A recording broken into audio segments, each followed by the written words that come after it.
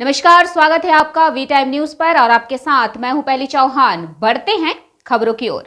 सरदार वल्लभ भाई पटेल पार्टी के राष्ट्रीय अध्यक्ष श्री राष्ट्रीय उपाध्यक्ष श्री राष्ट्रीय महामंत्री ने आज सूरत शहर में नए नियुक्ति प्रमाण पत्र सभी पदाधिकारी को सम्मानित करते हुए प्रेस कॉन्फ्रेंस में पार्टी को किया संबोधित।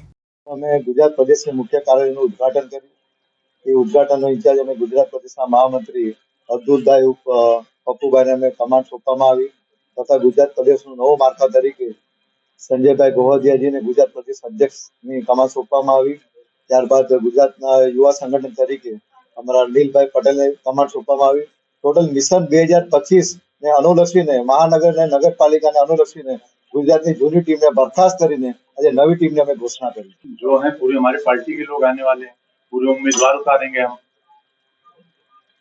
आगे लोगों को घोषणा कैसे करेंगे? अपनी तरफ सूरत की जनता आपकी तरफ अटैक हो, इसके लिए क्या करेंगे?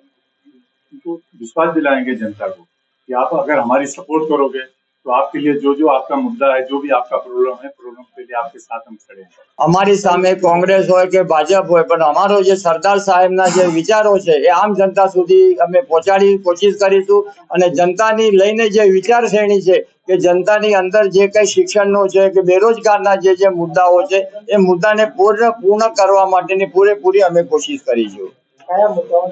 જે લોકોને રોજગાર નથી મળતા, રોજગારની તકો નથી મળતી, પછી એને જે કે આરોગ્યના જે કઈ દવા હોય, જે મ્યુનિસિપાલિટીના દવાખાના છે કે જે આમ મ્યુનિસિપાલિટીની સ્કૂલો છે સરકાર તરફથી એમાં બિલકુલ શિક્ષકો બી હાજરી નથી આપતા। એના માટે અમે પૂરેપૂરી તકેદારી રાખીશું અને એ રીતના અમે કાર્ય આગળ લઈ જઈશું અને સરકાર સુધી એનો અવાજ ઉઠાવીશું। અત્યારે આ હીરા બજાર માટેનો અમારે સૌથી પહેલો મુદ્દો રહે છે કે જે આજે સુરતની અંદર જે હીરા બજારની મંદી આવી ગઈ છે એના માટે અમે એમને સાથે લઈને સરકારની સામે અમે જરૂર પડશે તો હડતાલ બી કરીશું અને અવાજ બી ઉઠાવીશું કે એ લોકોને પૂરેપૂરી રોજગારીની તક મળે અને એમનું જે બી કઈ તકલીફો છે એ તકલીફો માટે બી અમે એના માટે ન્યાય અપાવીશું અને મોટામાં મોટી એ વાત છે કે એમને મેડિક્લેમ માટેની અમે સુવિધા પૂરી પાડીશું। એટલે એમના જે કઈ આત્મહત્યાઓ કરે છે, જે બી એમને બેરોજગારીની તકો આવે છે એ ના આવી જોઈએ એના માટે સરદાર વલ્લભભાઈ પટેલ પાર્ટી હીરા બજારના જે બી કઈ કાર્યકર્તાઓ છે હીરા ઉદ્યોગના એને સાથે લઈને અમે કાર્ય કરીશું અને એમને ન્યાય અપાવવાની